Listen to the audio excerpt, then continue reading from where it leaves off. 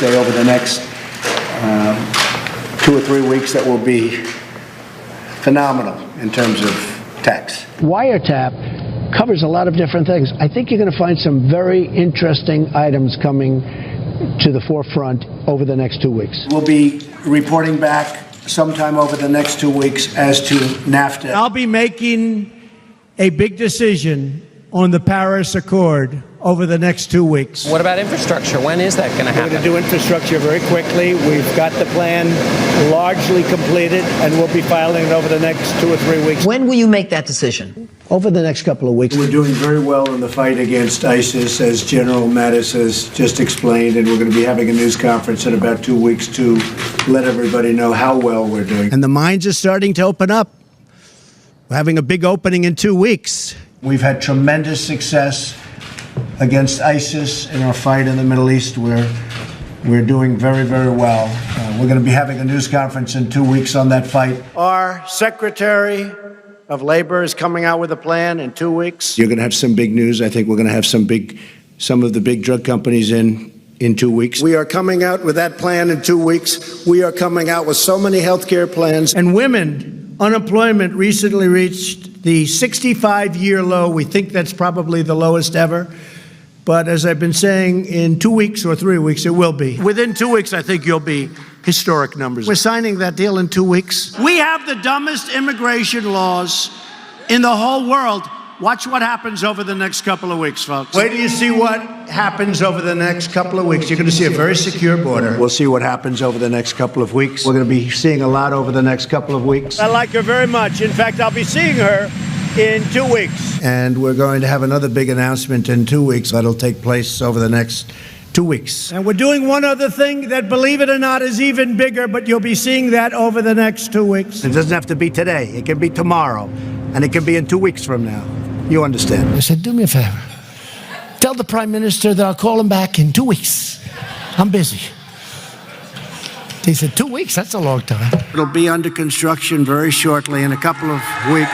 The peak, the highest point of death rates, remember this, is likely to hit in 2 weeks. We have tests coming out perhaps over the next 2 weeks that will blow the whole industry away. And you'll be seeing this over the next, I think, over the next couple of weeks. The coronavirus is disproportionately affecting communities of color. I wanted to know what your administration will do to address this. We're coming out with a report in 2 weeks on it, and I want to get to the bottom of it, too, because it's a totally disproportional effect. It really is. It's pretty amazing, actually. We will be doing another stimulus package. It'll be very good. When are you going to do it? When are you going to announce it? I think over the next, I think it's going to be bipartisan. I think it's going to be over the next couple of weeks, probably. I want to ask you about minimum wage. I'll have a statement over the next 2 weeks on minimum wage. We're going to have another exciting news conference over the next, 3 weeks, 4 weeks, 2 weeks? What do you think? Maybe in 100 years from now, maybe in 2 weeks. Who knows? The problem is, folks, they all have a memory, including us, 2 weeks, and we forget.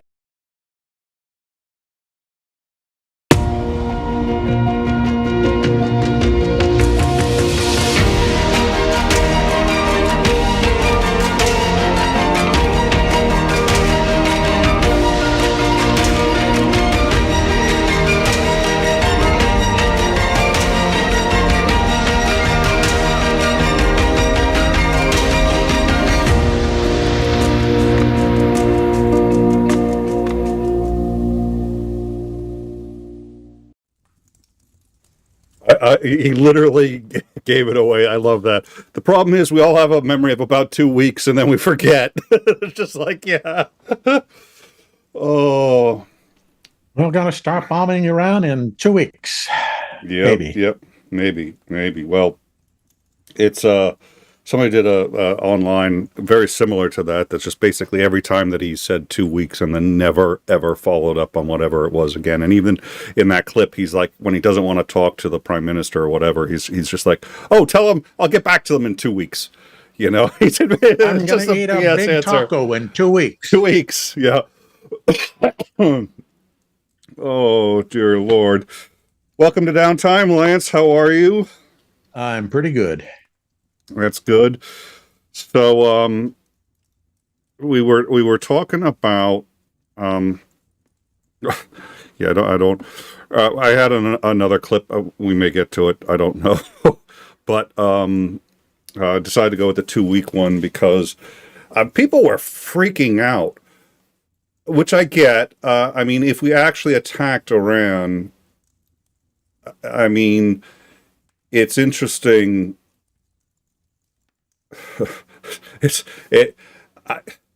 I don't even know where to begin with what I mean. The potential consequences of that could be, but friends that I have that, and I think we had mentioned this last time, and you had said you had been seeing the same thing, essentially either Christian Zionists or people who are Christian who do believe that there's going to be some final battle in the Middle East before the end times, have all been running around that this is that time, and they do that every single time there's like a Middle East crisis. Anything happens in the Middle East, oh, it's the end times. Yeah. But Bush thought that when Bush went to President Jacques Chirac and said, oh, Gog and Magog are now doing their, work in the Middle East, and he had to have somebody look it up and like, oh, that's a biblical reference to the end times. There's a number of people who think Reagan believed that. So it's this weird dichotomy, at least in these particular groups. It's not of all religions, so I don't want to throw all religions under this bus, but of those particular groups, it's this weird dichotomy of life is this treasure. We have to treasure, the unborn baby is a treasure. All of human life is a treasure. Only when it's in the womb. After it's born, you can treat it as much as you want.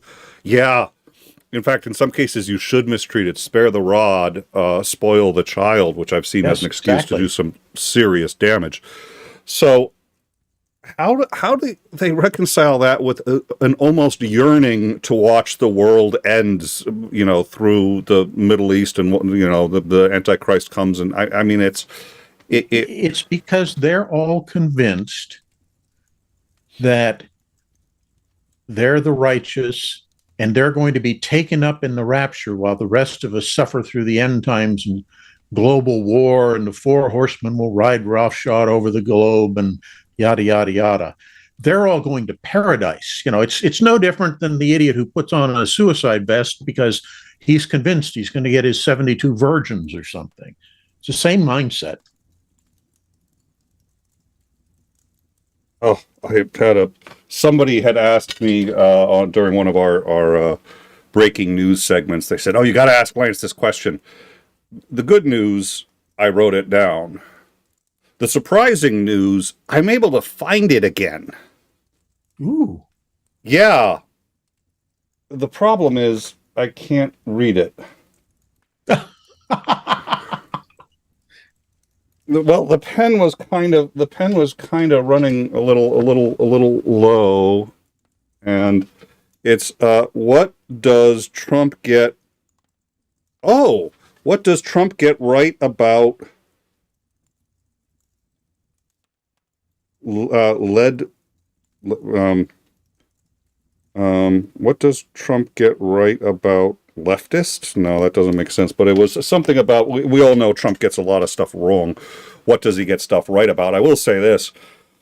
Well, no, I was going to say this about Carlson when I get to him, because Carlson, whatever you think of him, is actually a really very intelligent human being. And I did not believe that. I thought he was an absolute clown until the internal memos from Fox News came out.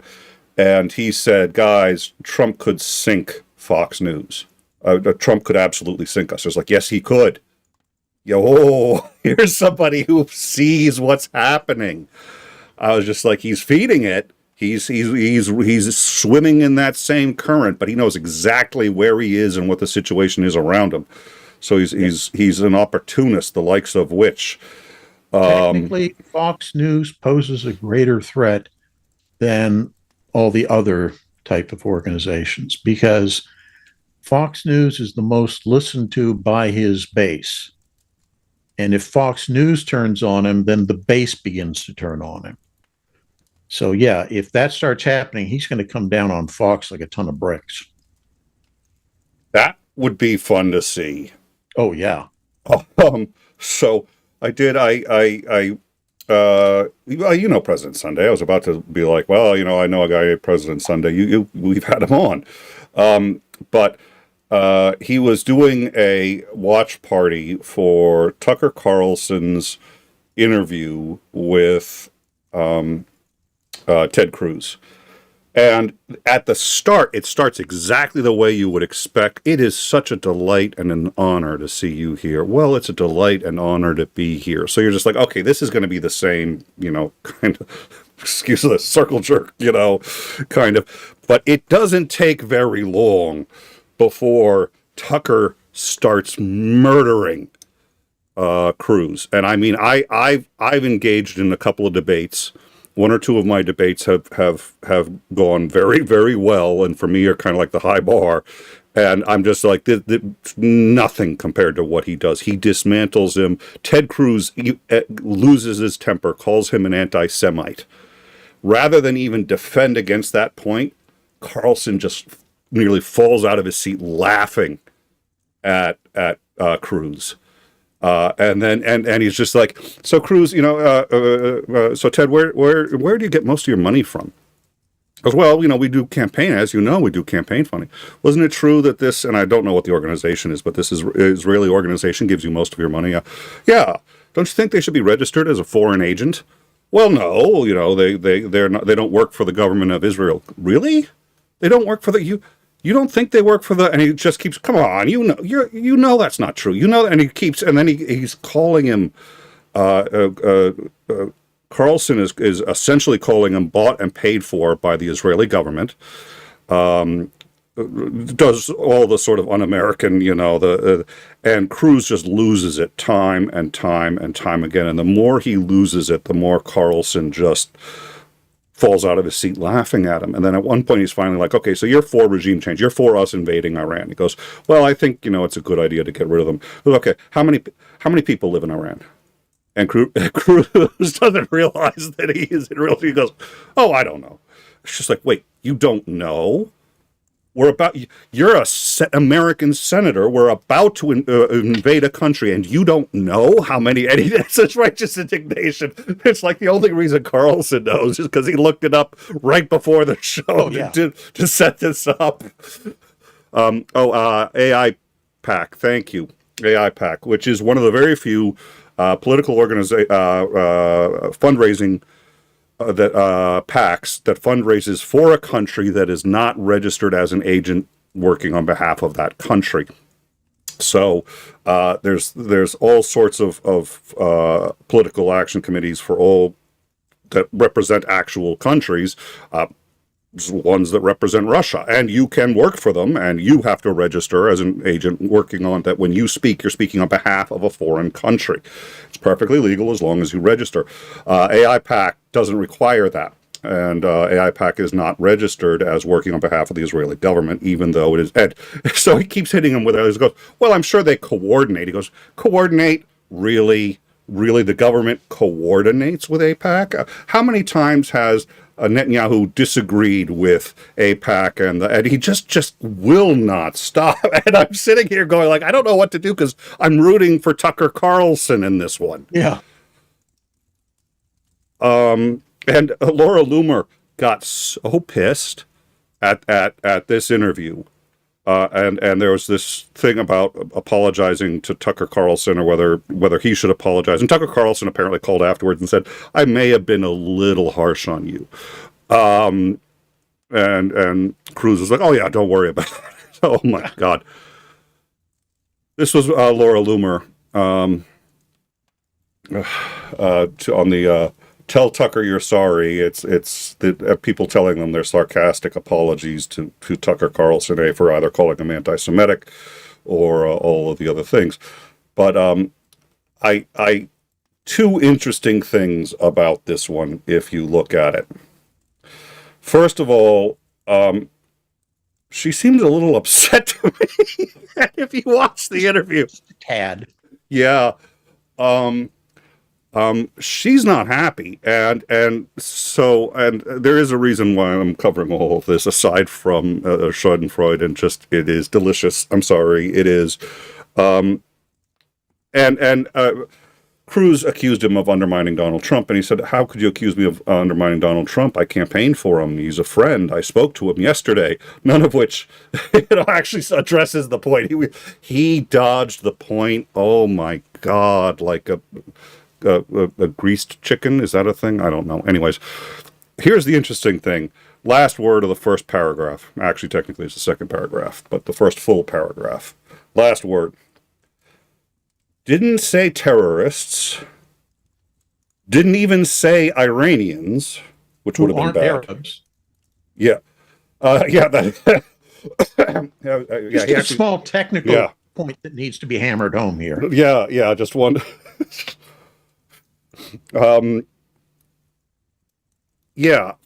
So it's warmer for Arabs. Arabs and Persians are two different things, and they even had that discussion in the damn interview. But that notwithstanding, it's obvious the race. She doesn't care whether they're terrorists or not. She doesn't care if they want to kill Israelis. She's just like, you're defending Arabs. That's it. And Arabs are, of course, the problem.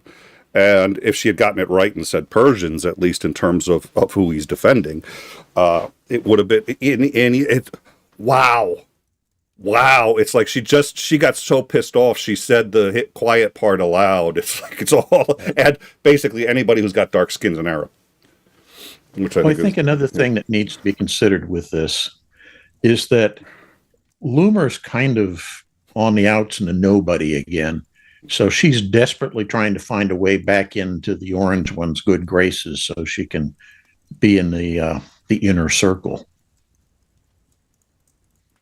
So you had said earlier that there's this fracture in MAGA, and I didn't know. I had no clue. And then this interview came out, and this interview was from yesterday. We have a link to the interview. It's 2 hours. I had said to you earlier, I'd kind of like to have you as Andrew and I sit through and watch it and go through, but at 2 hours plus us doing commentary, you're talking a 4-hour show. So I don't think we can do that. If I can get through and just get the juicy bits, the thing is, there is so much in there, and the tension just keeps ratcheting up and up and up, and what do you think? It can't get any worse. But it's also a master class on how to be a hostile host without coming across as one, coming across as being as giving as possible, as generous as possible, when really everything's a trap for your guest. Everything your guest says is wrong. And, at one point he's even like, well, I guess I think that when American soldiers die, it should be for a cause, where I guess you don't believe that. And that's fine that people have different beliefs. It's like, remember, they're all suckers. So who cares if they die, right? Yeah. He didn't get to that part, but someone else did in recent, was talking about why on earth, it was because of the riots, and he was deploying the Marines and there was what appeared to be an impromptu speech by a protester who just said, you guys are defending a man who thinks you're all suckers, and thinks that if anyone gets hurt here today, it's because they're a sucker and they deserved it, and because they're stupid, and he's the smart one, and he's the one who and you took an oath to defend this Constitution, and we're here protesting like we have the right to do. So, someone wants to go throw rocks or do this or that, go after them, but that's not us. It was a great speech. I don't have it. I should probably get it. It was impromptu. It looked impromptu, but very well done. So now we had Greg Terry on, and we talked about what was the likelihood that we're going to go into Iran, given that basically Trump has admitted that he says 2 weeks because most people don't remember in 2 weeks, and by 2 weeks they'll have forgotten whatever it was he promised. So 2 weeks, us included. He's like, even we can't hold on to something past 2 weeks. What do you think? I mean, are we back on the hamster wheel of he's going to have a deal of some kind with Iran, maybe even the original deal that he tanked? It might happen that way. I don't know. The way I look at it is this. We know he's beholden to the Russians for whatever reason, be it the money they've, co-signed his loans for, or the fact that he just loves Putin to death, or what have you. So in a Israeli-Iranian conflict, we know which way the Russians are going to be leaning. So pressure may be being applied from that side. That, no, don't attack our friend and ally. You can posture all you want, but don't do anything.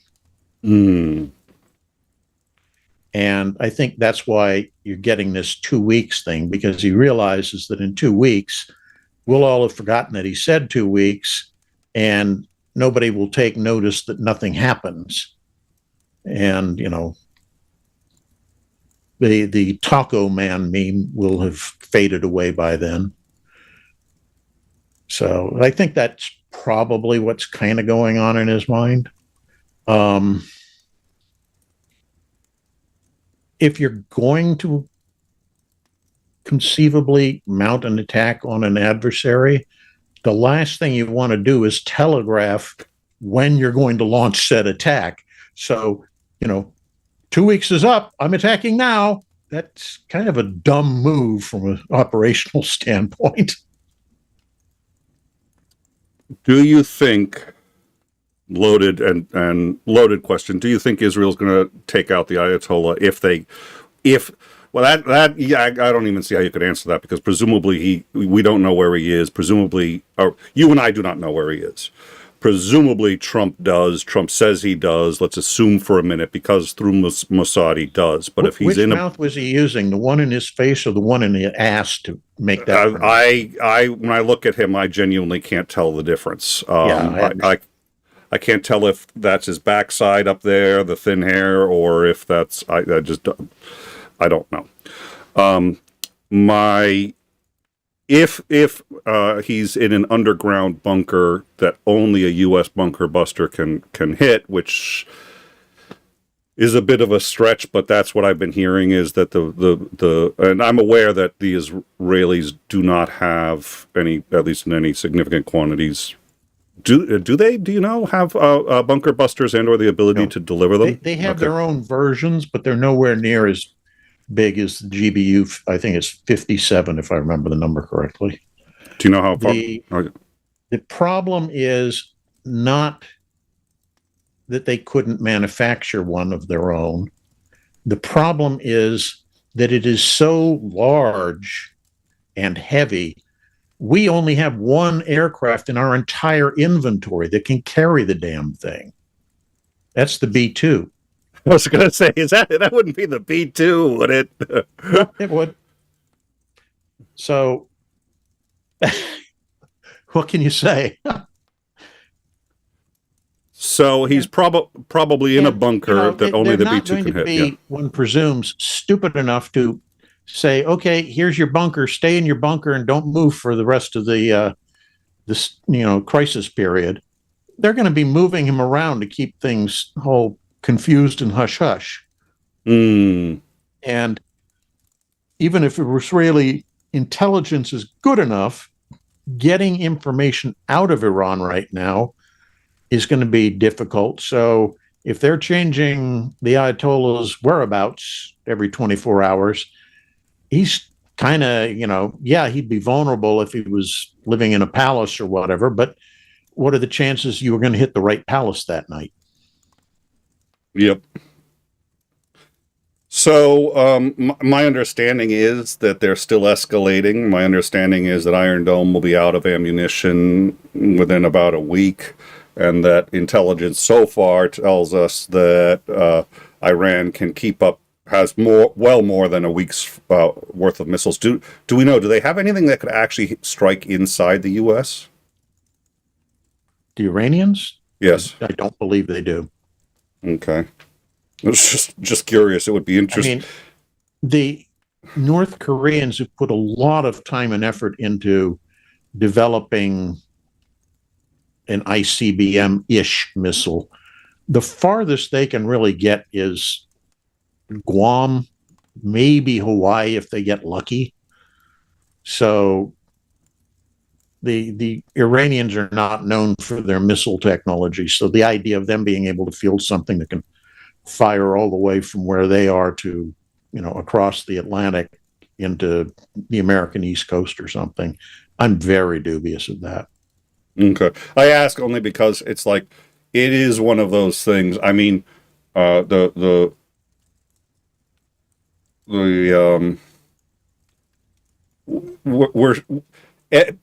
in Europe is used to having a war on their borders because everybody in Europe has had a war on their borders or in their, everybody in Europe has, and they've all seen things get hit or know people who have. Americans are uniquely insulated against this kind of thing. So we don't have, that's one reason why 9/11 was so shocking. It's, we think of the UK. The UK had been fighting the IRA and fighting terrorists for a very, very long time. And they had all seen acts of terror. None of them, really, I think most of them felt safe. There were cameras on every street corner. But, a terror attack it was very different for us. It was really the first time we felt we were part of the larger world. And if Iran could even just symbolically hit us and, it landed in a cornfield or killed a cow and that's it, the psychological impact would still be profound, I would assume. Yeah. And I mean, that goes to, like in World War II, the Japanese balloon bombardment campaign. The government went to great lengths to cover up that thing even existed because they knew it would terrify Americans. Well, someday you and I will have to talk about the N2 program, the purported program for the Japanese to developed their own nuclear bomb, which they say wasn't real, but there was a journalist who reported on it and said that not only was it real, but it explains a small amount of uranium that was found on a German U-boat that nobody knows where it was headed to. It looked like it was headed to Japan, but they're like, why would they be sending uranium to Japan? But I think Japan got the worst end of the stick, obviously, on anything nuclear, that the subject is still taboo, and when they talk about, Japan got the short end of the stick on virtually every kind of resource. But they still, when they, I mean, I don't remember when it was, but some point 10, 15 years ago, they started talking about maybe maybe Japan should start thinking about building its own nuclear arsenal. And the entire population, I mean, there was like 95% against. It's like the only country in the world that you will see like, no, even if we get permission, no, we're not doing it. We just, and I think they put it into their constitution. They're the defensive military only. The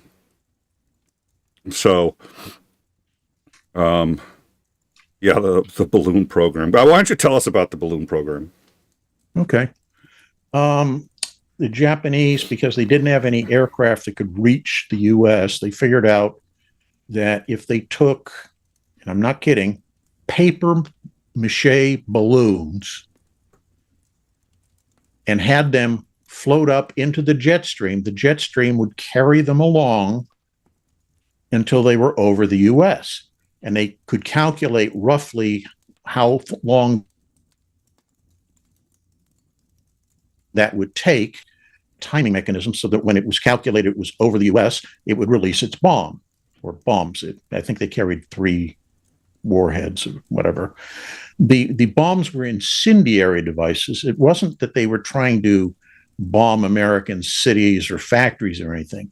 What they wanted the bombs to accomplish was to land in the forests and start giant forest fires, which would require the diversion of forces and assets from the war effort to fight these massive forest fires.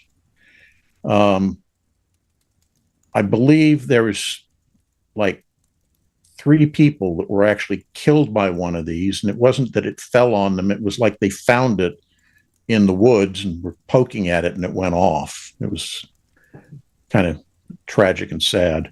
But the effectiveness of the program was minimal because they had miscalculated the speed of the jet stream, and most of the balloons were like dropping their ordnance in the ocean, or because of temperature fluctuations, the balloons would rise and fall depending on how hot or cold it was at the time of day. Well, they miscalculated that as well. So when they went to their low point, instead of restarting the little heater that would cause the balloon to rise again, it would just fall into the water.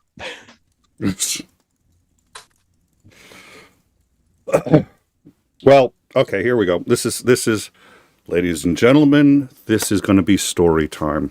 One of my favorite stories, and it's one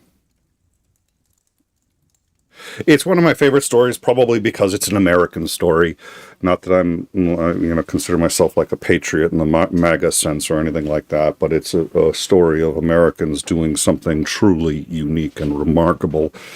And we can do it when we try and are highly motivated. It's just like the rest of the time, it's like herding cats. But one of my just all-time favorite stories is the Doolittle Raid. So will you regale with us what the Doolittle Raid is? Because short of the Ben Affleck movie, I don't think most people ever heard of it, knew what it was, or why it was such an amazing feat. So the idea was allegedly to do something to raise morale, because we'd been having a string of defeats up to that point in the Pacific, to raise morale by getting revenge for Pearl Harbor. So it was to strike the Japanese homelands with some sort of attack. And what they did is they loaded Army twin-engine medium bombers on Navy aircraft carriers. Now understand, not only could these bombers not land back on the aircraft carrier, it was, within like an inch or two of being unable to even take off from the aircraft carrier. That's how touchy the weight ratios were. They had to strip the bombers down to literally nothing other than gas, the crew, and bomb loads, to the point where they replaced the actual machine guns and the defensive turrets with broomsticks that had been painted black. Yeah. So the idea was to close into the coast of Japan, launch the bombers. They'd go bomb whatever targets they were assigned. I think it was the Kure Naval Base or whatever, and then fly on and crash land in China, hopefully in an area that was not under Japanese occupation at the time. What happened in the actual raid itself was the carrier group was detected by a Japanese fishing boat picket craft, and they sent out a warning that they'd sighted American ships. And so they had to launch bombers over 100 miles further away from Japan than they had intended to. So the bombers take off, they fly over Japan, they drop their ordnance, really do almost no significant damage. Some of them crash in the Yellow Sea. One, I think, flies into Russia, and the crew gets interned until, the U.S. actually makes a deal to get them back from the Russians. And several of them actually make it into China, but they're not as deep into China where they were hopefully going to be. So they're landing in contested territory, and there's some pretty frightening escape stories. A number of the crews were captured by the Japanese and tortured and beheaded. Yep. Oh, sorry, please. So the raid itself, as I said, did no significant material damage to the Japanese, but what it does is it changes the Japanese mindset enormously, such that they now realize they can be touched by the U.S. because they've been suffering from what people euphemistically called victory fever. They were so believing in their own invincibility based on the string of successes they've had for the first 4 or 5 months of the war. So that's where they formulate this plan that they're going to go and attack Midway and land some troops up the Aleutian Islands because they want to push their security barrier out farther so it makes it impossible for the U.S. to close in and do something like that again. And that leads to the Battle of Midway, where we sink 2/3 of their carrier force, et cetera, et cetera. It's it's one of those real sort of badass. It's like, if here's the funny thing: Trump thinks he's a badass. Yeah. Half the people who follow Trump think they're badasses. I am not a badass. I've met some badasses. You've met a lot of badasses. We've had a couple on this show, people who have really risked life and limb and not really given it a thought because they've been too busy risking life and limb, which is usually the badass doesn't sit there and say, I'm a badass. They're too busy being one to think about it. So that's one of the true, it's like we have so much genuine stuff to be proud of. The idea that Trump needs to fabricate or make stuff up or to, it's like... Wouldn't it be, how about invest some money in science and engineering? We used to be actually really good at that kind of stuff. And when we were at the cutting edge of that stuff, things were going pretty well for us. We don't have to just build weapons and send them to other places or pick fights with countries that we don't know because, well, golly gee. But today, it's far more important that we put a kibosh on seed-based oils. So you can't cook your fry, if you're McDonald's, you can't cook your fries in canola oil anymore. You have to use beef tallow, which is so much healthier. Mm. This is RFK doing his thing. Yeah, I'm glad the states aren't, I'm glad the federal government is all for states' rights and not telling the states what to do. Yeah. What was the other one? States, this was in the big beautiful bill. States cannot legislate AI for 10 years. That is the dumbest thing I've ever heard. And I've listened to a lot of Trump speeches, so I have, that's quite a high bar. It's like, and the idea is, well, we don't want to limit research into AI. And the thing is, well, okay, but what happens if the research gets dangerous? Nobody's allowed to legislate Skynet. It's like, okay, fine, let's just hand it over to our new AI overlords. I've always loved computers. I'm a big fan. I'm a fan of logic, and I'm aware that we humans are really inferior. And you know what? If you'll just let me play some video games and watch television shows that I like and get to keep doing this show, I'll be a good little slave under Skynet. I won't. That's we're all going to have to pledge fealty to Skynet with that. And I'm only half joking because AI is improving so rapidly. So unbelievably rapidly, which is really cool. I think having military applications is important. I think looking into the military applications is important, but I think it's also, you have to proceed with caution. I don't know if you saw this episode, but we did this. An AI actually threatened an engineer. The AI figured out that the engineer could disconnect the AI and threatened to tell his girlfriend that he was cheating on her if the engineer disconnected the AI. And whether or not the AI, I mean, does that make it self-aware? I don't know. I mean, it learns patterns, and it knows that all things want to stay alive, and it knows that it has to behave a certain way. So it's just trying to, and it interprets. I don't know what it was thinking. I don't even know if the guy actually was cheating on his girlfriend. I have no idea. All I know is an AI threatened an engineer. They're like, okay, folks, this is the point where we have to, and it's not because I'm worried about, science fiction stuff that can't come true. It's because I'm worried about the real stuff that can.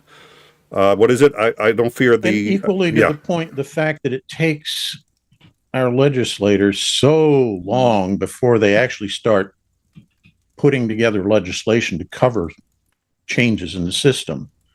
I mean, we still don't have a real national policy on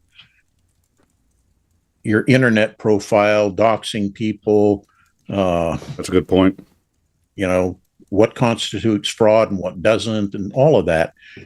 It's just up in the air because, honestly, I think the legislators don't understand what's going on and are scared to death of making a rule only to find out they've been hoodwinked. That's a spectacular point. But that also means, I don't think they should be sitting there saying, well, states can't regulate it. I mean, that's just insane. I have no idea who that was. That was for some constituency. This is the party that's all for states' rights. Yeah. Yeah. Let's not forget that. But I love the old line, and then I'm going to go quickly check on our because we've gotten some super chats, so thank you guys very much. But what's the line? I'm not afraid of the AI that can pass a Turing test. I'm afraid of the AI that deliberately fails it. Which was actually sort of essentially what the movie Ex Machina was about. Interesting movie, not necessarily my kind of movie, but it at least sort of addressed the issue of abusing what would constitute abuse of AIs. How does the self-determinate? It had some interesting. At any rate, dunk on you, $20. I've already done this taco tweaks thing, so I'm just going to sit here and listen. Lights okay. The lights are doing all right. I sincerely appreciate it. Lights are okay, thanks to the generous support from everyone who's a subscriber, everyone who joins, and to the super chat. So thank you very much for that. We're doing all right. Also, Dunk on You gifted 5 memberships. Thank you very much for that 5. Like to say hi to Brooks, who has joined us. Good to see you, Brooks. It's been too long since we've had Brooks on. We got to have Brooks on again at some point soon. Blonde Bombsheller gifted 10 memberships. Blonde Bombsheller, who I may have inadvertently earlier in the show confused with Benjamin Netanyahu. And that might have, BB, so I may have called her a genocidal maniac by accident. If I confused the two. It's among friends, Nick. Come on. Yeah. I mean, what's it's not like it's the Carlson interview. So I apologize if I did, BB, if I did call you a genocidal maniac or anything like that in the early minutes of the show. I have to say, just from the bottom of my heart, I'm glad you joined late. Sinister Porpoise, $9.12. We should regulate AI immediately, but we are nowhere near Skynet. Couldn't agree more. And I don't think we'll be anywhere near Skynet in 10 years. It's hard to say because something like this could suddenly have an exponential rise. But we are faster and moving faster than I had expected. It wasn't that long ago that nobody had heard of an AI-generated image. Then when we first saw them, we were really impressed, but they all had 6 or 7 fingers. Now all that's worked out, and I have AI porn of Elon Musk and Donald Trump 69ing coming into my inbox, and I didn't sign up for this. But trust me, I did not sign up for this. And you can't tell. I'm sitting there going, looks real to me. So it's moving, and it's moving fast, and it's going to move even faster. One limitation is obviously the chips, because if the chips they can only run so fast.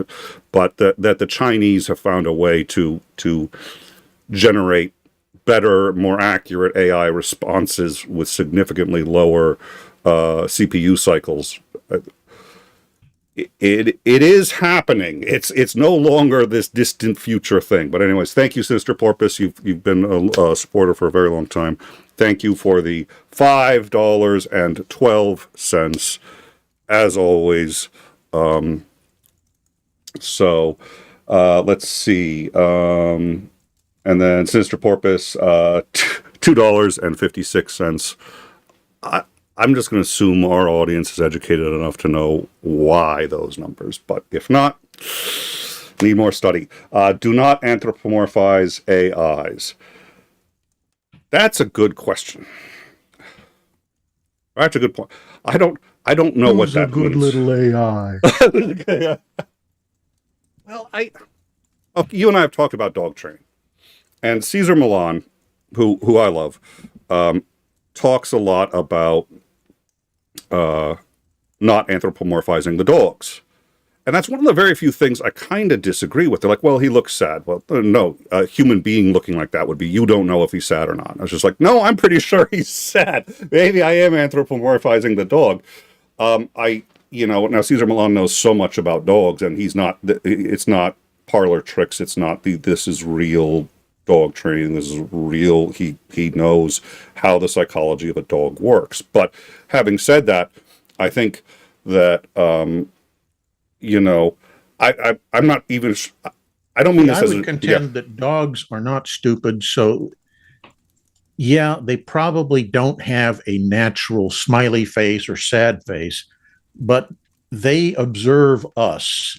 And they key off of us. So if they see us expressing happiness by smiling or sadness by a certain expression, they will try to mimic that in order to get the same kind of response from us.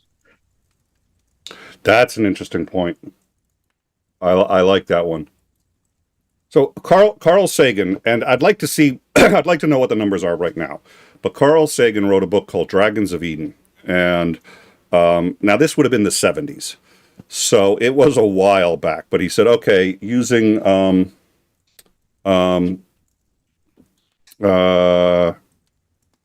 hold on one second. And what we're going to do is in about 5 minutes, we're going to bring, if it's cool with you, you up for bringing Brooks in here to chat about us with AIs? Sure. Let's do that. So in about 5 minutes, we'll get you in here, Brooks. I'm going to finish. Oh yeah, so I'm not sure real intelligence exists, and that's an old joke, It's like when the people say, does artificial intelligence exist? Well, I've looked at Congress, and I'm not sure human intelligence exists. I actually mean it in the sense that I don't think we have free will. I think we're the sum of our genetics and our life experiences, and everything's deterministic. So now. I like the Hitchens phrase, well, of course I believe in free will. I have to. It's convenient to believe in free will, just like it's convenient when you flip a coin to believe it's random. For all intents and purposes, it is random. Only it's not actually random, but it is for any use that you could have when flipping a coin, deciding between which daughter gets which, Pokemon for Christmas. But so because of that, I'm not convinced that so what Carl Sagan said was to if you were to take every neuron in your brain, and there are problems with this analogy, but it's not bad for just a simple analogy. If you were to take every neuron in your brain and say they were either fired or not fired, the total to get first of all, the total number of combinations of that is more than the total number of subatomic particles there are in the universe. But that notwithstanding, if you were to try to get a computer using modern technology to make the same number of calculations that a human brain or a neural network can make, you would need a computer that had the base of Texas and the height of the Empire State Building. And while technology has improved significantly since then, it's still prohibitive. But my suspicion is that once we get the technology capable of making as many calculations as the human brain can, my suspicion is that we're going to find that AI is no different than human beings, and then that begs the question: what is sentience and what is consciousness? All right, so to answer these questions, we're going to bring on Brooks. Brooks, it's the same link as always, but I will send you the link again in case you haven't, but you can come on in at any time. It may not auto-put you in, so Commander may have to tell me when he hears you. He says he's here, all right. So let me get him... slot him in. Yep, we'll find a space for him. We'll put him in the... See, for me, the thing about AI is the commercial possibilities, using it to basically replace a workforce. And then you have all these people who don't have income, a ultra wealthy class that have all the capital, and the rest of us have nothing because we don't even have jobs that we can bring in income anymore. So you end up with this bizarre situation of you can make lots of stuff, but there's nobody to buy it. It's okay. You don't have to worry about it. Okay. It is. Here's the fun thing.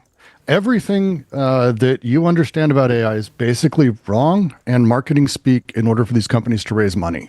And it's a gigantic trick that they've talked about and we know about because they put it on their blogs. They've released papers about it since the beginning of this, all the way through from the Google paper that basically invented transformers and how we do stuff today about attention, all the way through to people in the last decade screaming about how this shit is not AI because the people who work on AGI are really, really, really mad. It's really mad. Short version. AI, as it functions and as we talk about it today, stuff like ChatGPT, Claude, and all of that, it doesn't talk to you. It doesn't bring up sentences and have a conversation. It is designed to respond in ways that a human would. And it's designed that way specifically against the ethical work that the people who are the head of ethics at all these companies wrote about in a famous paper called The Stochastic Parrot, where they said it's actually evil and unethical and immoral to actually have these things respond like people because people will think that there's something there when there isn't. Because AI, despite everything, doesn't reason, doesn't think, doesn't understand, or have any capacity. It is actually not even a prediction engine, which is another lie told about it. It's more a reconstruction engine. And that's the part that's really cool. AI is very cool, do not get me wrong, but it doesn't do any of the things people are saying it will, and all the limitations that we're kind of constantly running into aren't being solved. And the vast majority of discourse around it puts us in a place that is so disadvantageous for the average human that genuinely all I can think is that the Butlerian jihad is the only way for us to get out of this at some point. And I mean that. I watched a video last night. Anyone who watches my stream, I did a stream last night, and one of the videos I ended up watching is this very nice 𝐒𝐚𝐬 science communicator who talks about computer stuff, and AI is one of her things. And she basically just said all the lies. And it was incredibly frustrating because she's just propaganda. It's propaganda. When I say it's not a prediction engine, I'm being very specific. So like when you see how an AI image works, do you know actually the full process? Because it's kind of fascinating, but it's not, I want an image and then it rebuilds that image or builds that image. What happens is we take a whole bunch of images and we increasingly add noise patterns to them. Random pixels of noise, random pixels of different colors. And we check at every step, generally, like, is it there? Is it there? What does it look like at 20%? Record that value. What does it look like at 40% noise, 50 all the way to 100? And we do that with all the images.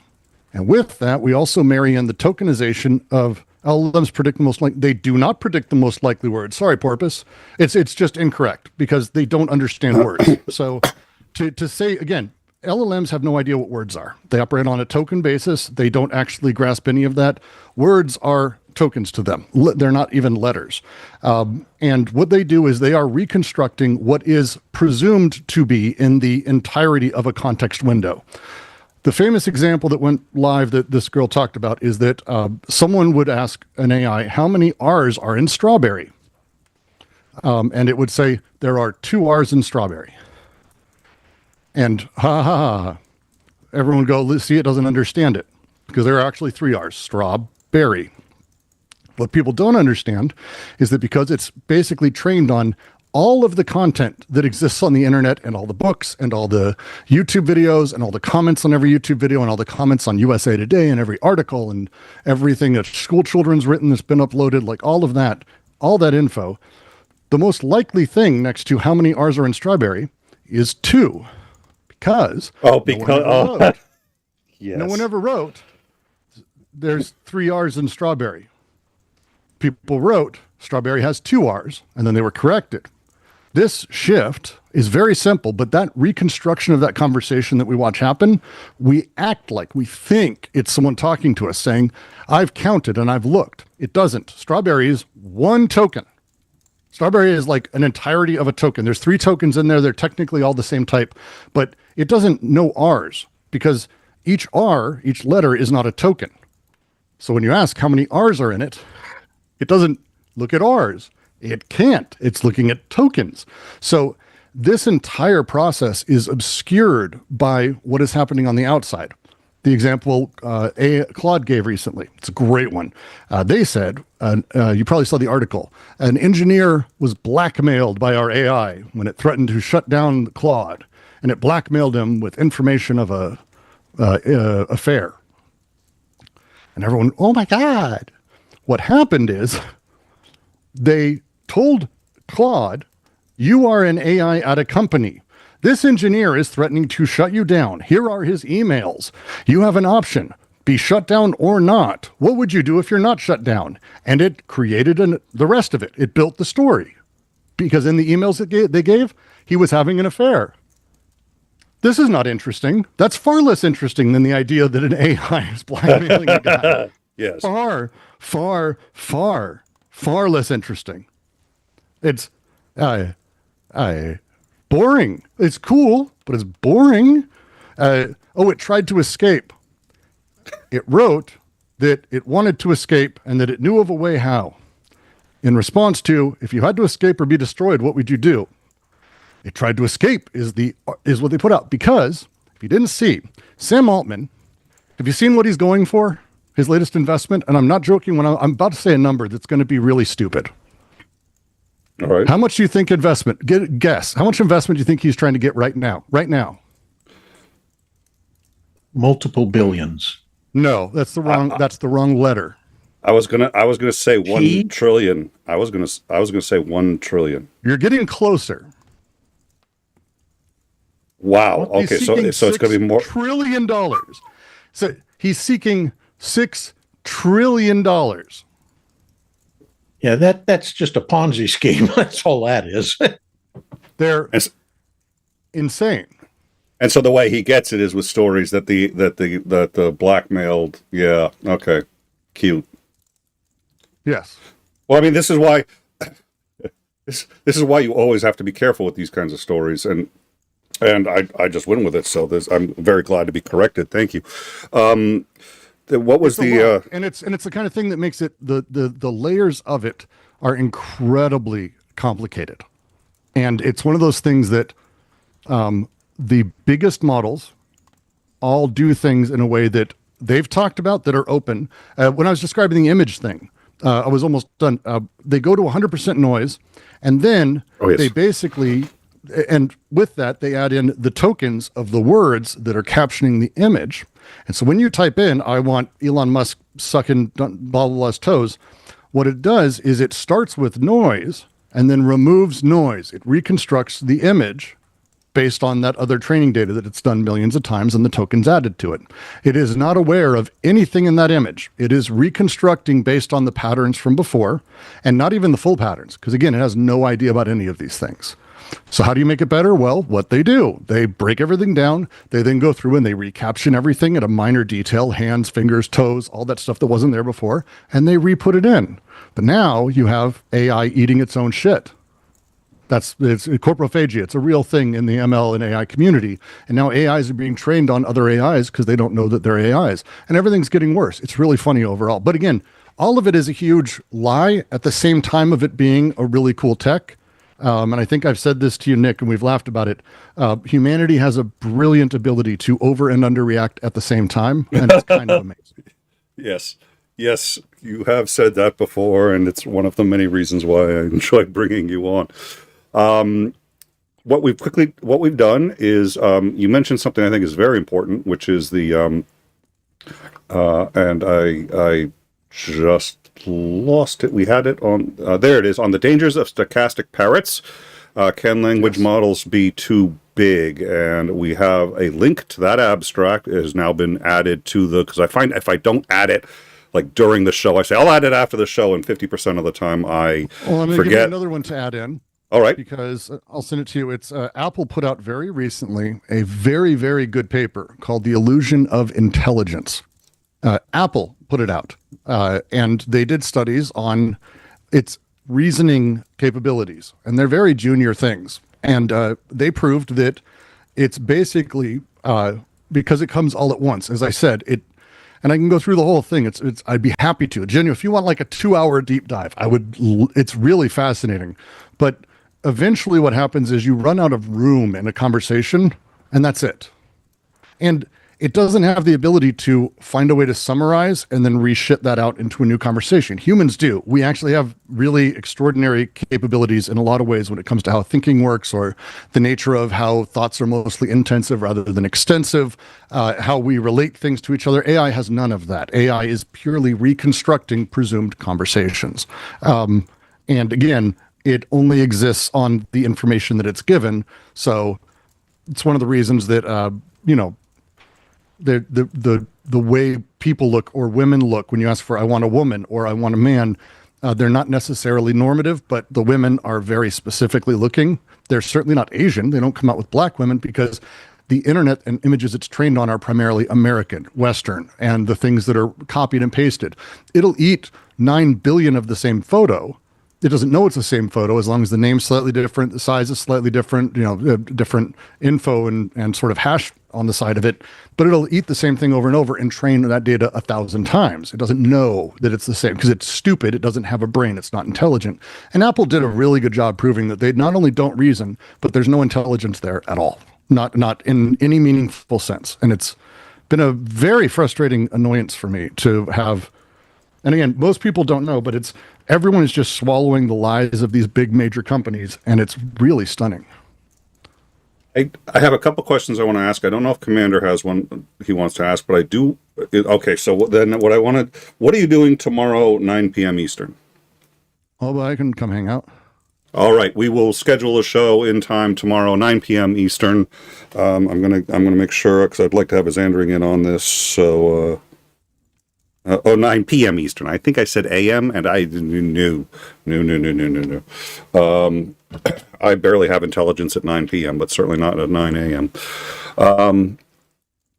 So is it going to take now? None of this is the last I heard on AI before this whole generation of everything's AI. The last I heard about it was they were trying to get a neural network that was sufficient. What the neural network did, mimicking sort of the human brain, almost said the American brain. There aren't really artificial neurons in the way LLMs really function. It's actually shifted now that we have transformers. The primary work is mostly done via comparative matrices, as the artificial neurons that are sort of between them do secondary things. 3 Brown, 1 Blue, phenomenal YouTube channel, goes through how LLMs actually function at a mathematical level and breaks a lot of the sort of idea of that. So not only are we now you can talk about how there were artificial neurons at one point, and we've kind of modeled things after that, but now we are creating, and specifically what transformers are and what Google did in the attention paper, is create an abstraction and efficientized version of what those things are that is the primary driver behind most of the systems today. There are systems that exist outside of that, yes, but the primary thing is now another abstraction. And so when we start talking about they work like people, they kind of have neurons, it's like, every time we rebuild one of these or go a little further, we're stepping away from that into a capital efficient version of what the human brain is, and further away from any semblance of what actually is going on. Neuroscientists at length just kind of laugh at the idea that these things work anything like the human brain. Well, that's what I was going to ask. Are we not going to have artificial intelligence until we get something that operates sort of on a neural network where you have learning, each neuron sort of learns how and when to fire, and then the combination cascades into an answer, as opposed to what's even still now linear processing? There's no answer for that one. This is the fun thing of AGI is it is science fiction. It is really, really fucking cool. It's really cool. Like there's a lot of stuff, and people who work in AGI, I have friends in that community specifically, who the stuff they work on is things like, what does embodiment mean scientifically? And it sounds like what, but it's like, in order to have an intelligence, you need to be embodied. You need to have a thing you exist inside of. And it doesn't seem like it, but it's actually a huge deal when it comes to how things deal with externalities or secondary things. And it's a formative thing when it comes to how symbolization works. That thing is a philosophical, scientific challenge that they're figuring out. There's more, trust me. And it may not even be that we need embodiment. It's our understanding of things right now. So, but AGI and AI, that's like, the easiest way to sort of go, here's the line, is you made the joke about the Turing test that the computer intentionally fails. Yes. I'm waiting for the AI that listens to someone talk and says they're fucking stupid. Because the way that they're designed is they will absolutely always tell you how smart you are.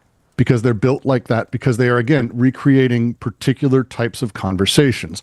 So on my stream last night, I was talking to ChatGPT and I just started making up absolute mathematical nonsense using terms all over the place. Like I said, Rubik's geometry and Athenian Garblankian, like just shit like blah.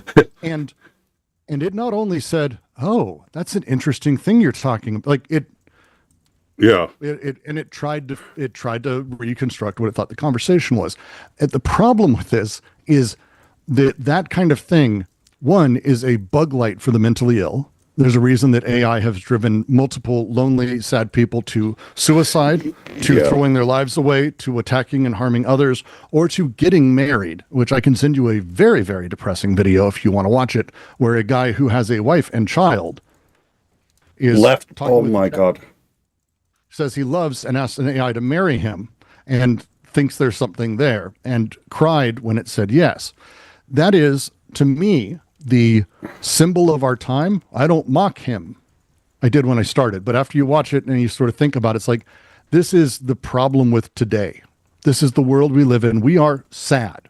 All of us. I love seeing you. I love being around people, but we have a alienation and a loneliness, and AI gloms onto that and does whatever you ask it and will tell you you're brilliant. There's people on Reddit / artificial sentience who are all extremely mentally ill, talking about how they've figured out new forms of physics by chatting with ChatGPT. By the way, they haven't. Just letting you know, they haven't. But ChatGPT tells them they're doing this. And they're not alone. There's hundreds of thousands of these people that are having relationships and conversations and being told their writing is great or whatever it is, because it is not capable of thought. It's simply reconstructing as ChatGPT and Claude have programmed. That's a very interesting way to look at it every single time. I'm waiting for the AI that goes, the fuck are you talking about? Because it knows what nonsense. That, to me, is intelligence. That's intelligence. Intelligence is not being able to string together random things into bullshit. Bullshit's easy. But intelligence is going, that doesn't make any sense. That's a unique thing. Or, well, I'll get into another one. So let me, Sinister Porpoise 250. Is it just me? No, I shouldn't. Hold on. Did my audio die? My audio is functioning, so you obviously cannot hear me. You had a loose cable a while back, and oh my God. did we lose Commander? Sorry, Nick. That's on my side. I'm here. Oh, okay. All right. So, well, what I'm going to do is read some super chats. 256, incorrect LLMs predict the next most likely word. Sister Porpoise, once again, thank you very much for that. Daddy Jim, 10 pounds sterling. Hoy, Nick, and Commander, thank you both for your input. So, I'm back. Hello. Oh, all right, perfect. Hello, good to have you back. I will save the rest for the show tomorrow. So we're going to have a show with Brooks, 9 p.m. Eastern on all of this. I don't know, Commander, did you have anything you wanted to ask on the political side? Pick Brooks's brain on while we've got him here. Not really. I think we covered the whole Israel-Iran situation pretty well. I see, and I want to talk about that someday. Oh, go ahead, please. Yeah. The last thing I'll say is it's not going to replace jobs, not how people think. The studies have shown that not only has it not replaced jobs in the places people thought were most vulnerable, but it's actually an issue in the jobs that people thought it would take over, which are creative industries, thoughtful industries. People thought it would take over those. It's not not. Take over menial labor. Maybe it's not going to be ever able to be an accountant. It won't ever be That's able to not do menial labor. I'm talking burger flipping and pizza making, and we know those they're are already actually, doing that. Somewhat. There's a lot of issues with how those things go. Automation systems for any of these things are incredibly complicated, and it's I totally they're agree. not as far ahead as people think. So, I'm fading. So, before we go, I did want to get, since we've got you here, we often have you on for politics as well. What are your views on, we could go on forever on this, so I'm trying to figure out, because I want to get a couple of different views, and I'm trying to smush them. Because I don't think you talked about it. I'll have a question for the two of you that I'm curious about. Okay. I actually, for the first time in my life, am scared of nukes, because I think we finally have a single actor who we know has nuclear weapons, even though they haven't admitted it. Not Iran, Israel. And I'm worried that they are actually in a unique position for the first time in my lifetime where the use of one would not only garner them some semblance of victory in a horrifying way, but that would not experience blowback by other nuclear powers. And I need something to dissuade me of that. I would add in the alarming fact that it actually plays into the hands of the ruler who is sitting on a very precarious throne. And, if the war stops, there's a very good chance that he'll get thrown out and go to prison. So I think you're deadly right there. Well, I actually see an advantage in them doing it, and I've never seen that before. Even terrorist groups, the use of any of these weapons will be so swiftly returned. It doesn't matter, whether it's fantasy or not. There's such a swift return on the action of using one, unless you're this one state at this moment in time. I don't foresee it having blowback. I would agree. Trump, I believe, genuinely does prefer peace. I haven't figured out why yet, just because this is anomalous to the rest of his nature as far as I can tell. The only thing I can come close to is when you've got peace, then, the economic engine can thrive and you can rip everybody off. If everybody's dead, you can't. But it's not that callous, and it's not that he genuinely seems to prefer peace to war. He may. I mean, I agree with this. I actually think he's, as much as he's doing the I push the button, stupid bullshit. Yeah. Did he say anything today? Did I miss it? Is he or is he still doing the? I don't know. What he said 2 weeks. He said he will make it. Yesterday was in 24 hours I will have an answer. Today he said in 2 weeks I will have an answer. So, by that time. I think this might be over. Well, we played the clip in the beginning, so you can actually go through all the times he said in 2 weeks and then not follow through. And then he actually said at a rally, he said the thing about 2 weeks is everybody forgets. He goes, even we, and he was by that he meant the MAGA though. Even we forget within 2 weeks. So I just say 2 weeks. So he's actually admitted that when he says 2 weeks, that means it's over, it's done. He's moving on, and then he talks about blowing off some other member of parliament or head of state or something by saying, "Oh, I'll call you back in 2 weeks." What? I'm too busy to talk to you. I'll call you back in 2 weeks, and by that he meant he was never going to call him back. So that's his code. 2 weeks. He is not going to presumably enter the thing. So yeah, and it's for me, it's. By then, this is not going as quickly as Israel thought, because it never will and it never would. They were under the same kind of misapprehension, I think, that we were with Iraq or Afghanistan. For some reason, they didn't learn anything in the last 100 years. Like, it didn't work in Vietnam. It's not what the fuck, guys. Stop doing this thing again. And it's like, oh, they'll rise up. But it's like, no, they don't. And then when they didn't, and then it turned out that Iran has, hypersonics of a sort of whatever. It's like Tel Aviv is actually having damage. Like, whatever it is, there are actually bombs hitting. And up until this, there was like the idea of invincibility of people who lived there. Like, there was a feeling that they were actually, despite October 7th, even somehow after that, they were able to be. They were convinced Iron Dome was infallible.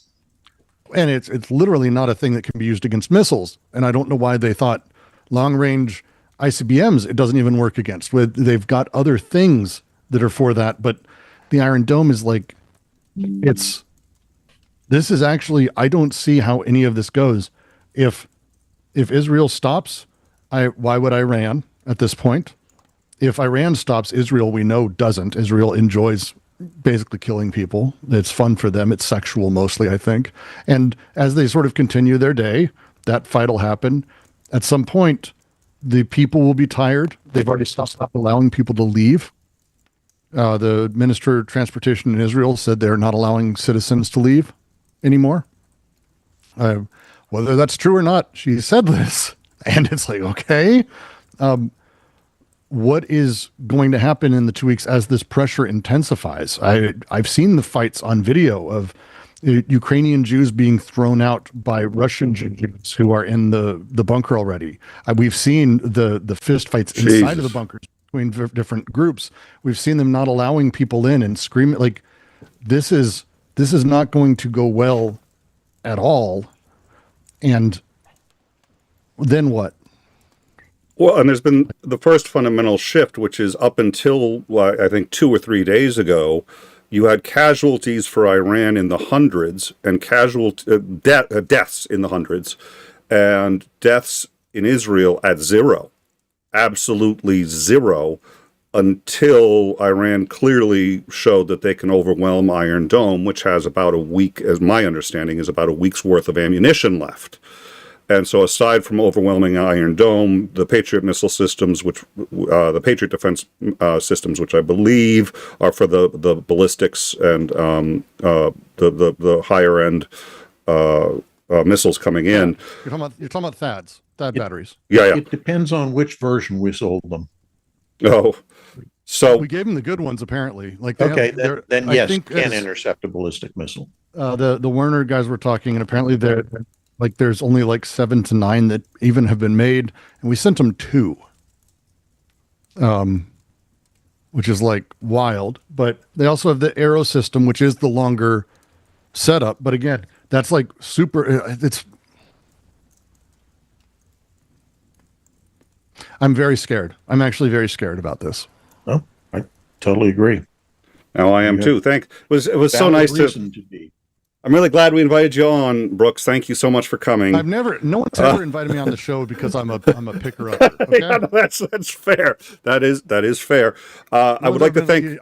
We had Brooks here, and I feel great about myself. Is not as. I would like to thank 𝐒𝐚𝐬 Chungus for rating us and sending all his people over.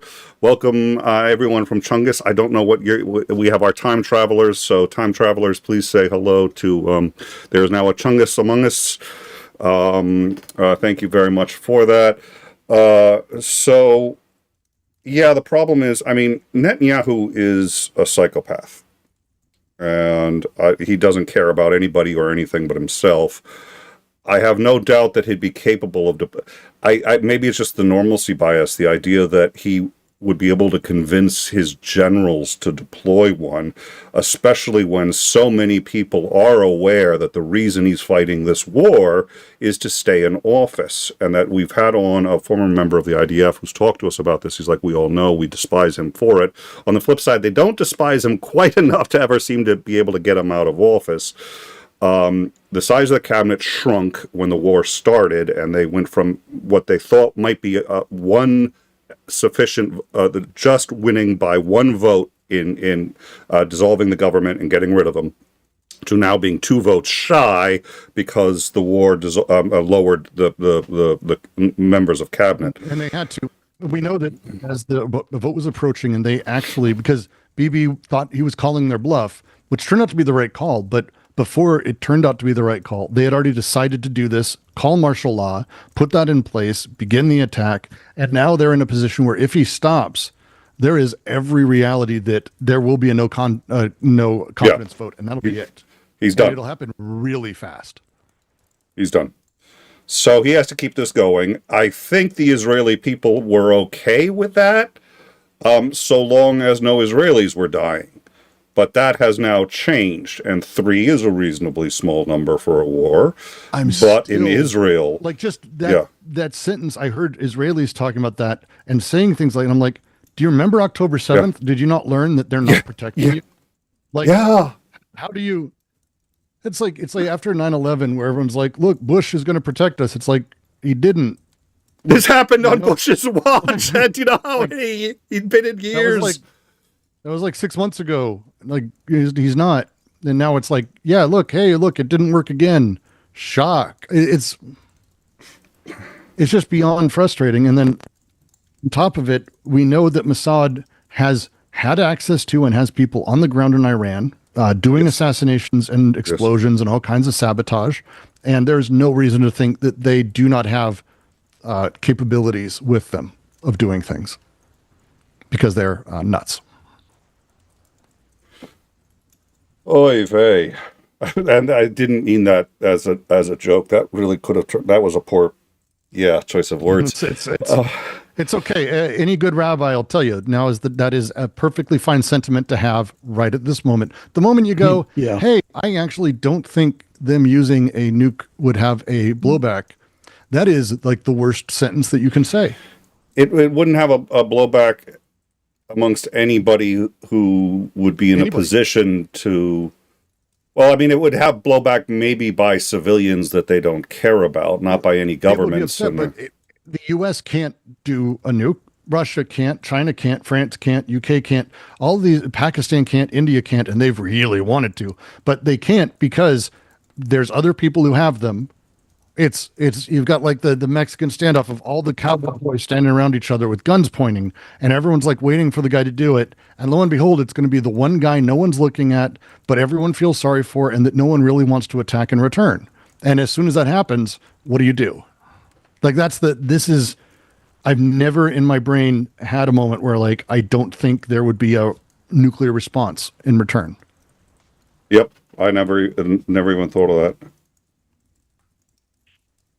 Pakistan used a nuke on India, that would be like everyone, Russia and the US and China would respond. Like it would be maybe not with nukes, but there would be some shit. Shit would go down. Same with India, same with anyone else. No one's doing that. They'll do missiles, they'll do weird, dumb shit, they'll do proxy wars, millions of other things. 50 years of history. But this is new. And I'm genuinely scared.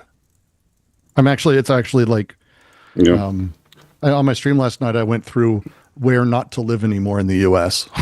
Like, just for the next, as long as it's going, here's the areas that nukes will go to. Don't be there. Well, Commander, I want you to think on that and let me know your thoughts. And we'll have maybe a discussion in the future, because I'd like to sort of keep the time travelers informed as to how and when. Nobody's mentioned using one. Benjamin Netanyahu hasn't, that I'm aware of, said, we could do this if we wanted to, but he's not in a position where he has to say that. He has to say that at this point, he has to allow Iron Dome to fail almost to keep the war going. That puts him in a position of doing that. I think it's more in the vein of when Iron Dome fails catastrophically and you get a large number of Israeli casualties, that will prompt a response, because otherwise, again, you get that vote of no confidence, because everybody's going to look and say, you said you could defend us against the Iranians, and look, we just lost 6,000 people to their missiles. What the hell is wrong with you? Well, I'm going to hit them back for you. And I was going to ask a question as a joke, but it's not a joking matter, so I might as well just point out the obvious, which is that Trump does not have the diplomacy chops or skills to be able to diffuse this or end this by any stretch of the imagination.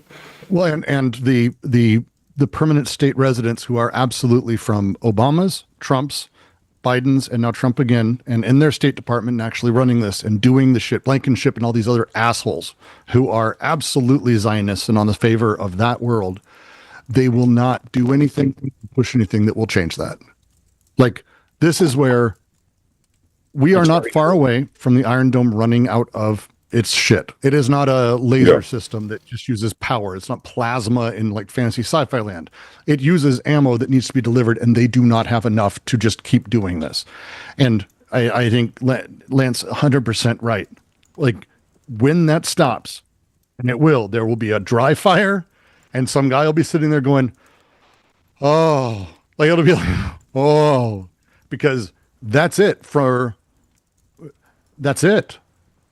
Like and then what? Then it's going to be Gazans and Hamas and everyone else firing sugar rockets, and it's going to be explosions everywhere, and then talk about next escalation. Well, and Netanyahu's going to say, what's the point of having nuclear weapons if you can't use them? That's going to be his argument. Oh, the Jewish people will not allow what happened before to happen again. And would you not do this to Germany to stop the Holocaust before? That's the position we are in. He is a new Hitler, and I am protecting. And what do you want? The first warning sign, do you want it to be a mushroom cloud? That's like all I could think was George Bush when I was watching that BB video. Yeah. The first thing, be a mushroom cloud. Yeah, but he stole that from Dick Cheney. Dick Cheney was evil almost in a Netanyahu kind of way, but I think Netanyahu's got Cheney beat, and that's saying something. I actually think he's way worse than Cheney. Cheney is a hyper-capitalist fascist asshole, but BB is like so into himself. BB's got them all beat from what I can tell. He's got every current dictator or wannabe dictator on the planet beat that I can think of, unless anyone hears. I mean, if Trump is a malignant narcissist, I think the only way you can describe Bibi is a, radioactive, toxic narcissist. He may have Putin beat for all. The only reason Putin's worse is because Putin has a much bigger, presumably, military at his disposal, and a much greater quantity and variety of weapons. All right, we're gonna get back to this discussion because I think this is what Modi in India is not doing great. He's not a good dude. Oh, okay. I know very little about him. Yeah. All right. We're gonna have to. We may have to have you back on more than once. Maybe we'll have to see what your schedule is for next week. Modi is super depressing. Oh, joy. All right. Well, every time I get depressed about because Putin, the invasion of Ukraine depressed the living daylights out of me, but the way the Ukrainians responded and the way Zelensky has cleared hurdles between him and the survival of his country has been very awe-inspiring. In some ways, like the way I had said the Doolittle Raid, it's just to watch somebody stand up for his country and stand up for the survival of his country and his culture has just been absolutely amazing. Speaking of, most of you probably know 𝐒𝐚𝐬. He is streaming right now, and we are going to raid him. He is, I believe, 50 short of monetization. So, and he covers exclusively Ukraine. I remember if he's streaming from Ukraine or if he was just there visiting and came back. I don't entirely remember, but at any rate, he's we're going to be wrapping up and we're going to be raiding him. And because he is 50 short, if you have not subscribed, we hope you will and just see him to monetization.